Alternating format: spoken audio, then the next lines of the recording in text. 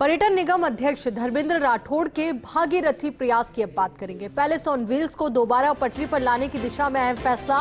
Palace on wheels को O&M फॉर्मूले पर संचालन के लिए कैबिनेट की लगी मुहर। कोरोना के दौर में बेपटरी हुई शाही ट्रेन एक बार फिर जल्द दिखेगी ट्रैक पर। धर्मेंद्र राठौड़ ने उठा रखा है शाही ट्रेन के दोबारा संचालन का बीड़ा। राठौड़ के प्रयासों से ही आज कैबिनेट ने भी दी है मंजूरी।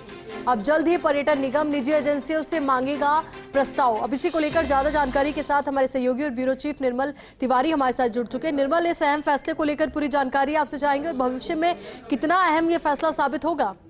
देखिए आयुषी, बहुत बड़ी खबर इस मायने में कह सकते हैं कि जो 2.5 साल से कोरोना की वजह से बेपटरी हो गई थी शाही ट्रेन पैलेस ऑन व्हील्स, क्योंकि पैलेस ऑन व्हील्स को राजस्थान ही नहीं पूरे देश का सांस्कृतिक राजदूत माना जाता है दुनिया भर के अंदर। बहुत सारे जो देश दुनिया के जो पर्यटक हैं उनमें बहुत बड़ा अट्रैक्शन था पैलेस ऑन व्हील्स, लेकिन पिछले 2.5 से 3 साल के करीब जो अवधि है उसमें पैलेस ऑन व्हील्स का संचालन नहीं हो सका। इधर रेलवे भी भारत गौरव नई जो पॉलिसी ले आया उसके तहत भी बड़ा मुश्किलात एक वाली स्थिति पैदा हो गई। लेकिन जिस तरह से जो लीडरशिप दिखाई है धर्मेंद्र राठौड़ ने, उन्होंने प्राय आरटीआई के अंदर एक बार दोबारा जान फूंक दी है, चाहे वो पैलेस ऑन व्हील्स के फैसले हो चाहे तमाम अन्य फैसले हो। लेकिन आज जिस तरह से कैबिनेट ने इस फैसले पर, इस प्रस्ताव पर जो मंजूरी दी है कि इसको ऑपरेटिंग एंड मेंटेनेंस यानी O&M मेथड पर इस शाही ट्रेन का संचालन किया जा सकता है, तो जैसे ही ये मंजूरी मिली है इसका मतलब सीधे तौर पर यह है कि पर्यटन निगम अध्यक्ष धर्मेंद्र राठौड़ के जो भागीरथी प्रयास है वो रंग लाए।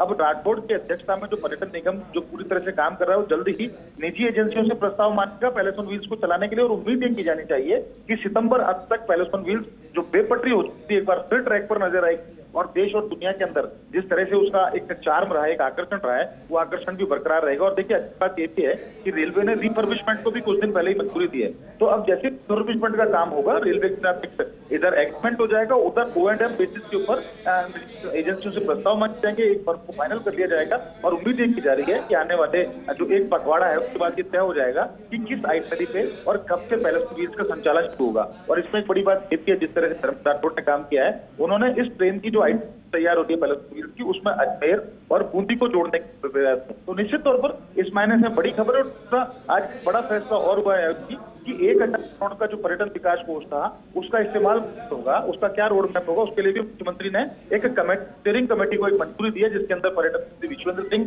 पर्यटन निगम के अध्यक्ष धर्मेंद्र राठौड़, जो प्रमुख सचिव गायत्री राठौड़ और DIPR है, ये चारों को सदस्य बनाया गया है जो जल्दी रोड मैप तैयार करेंगे।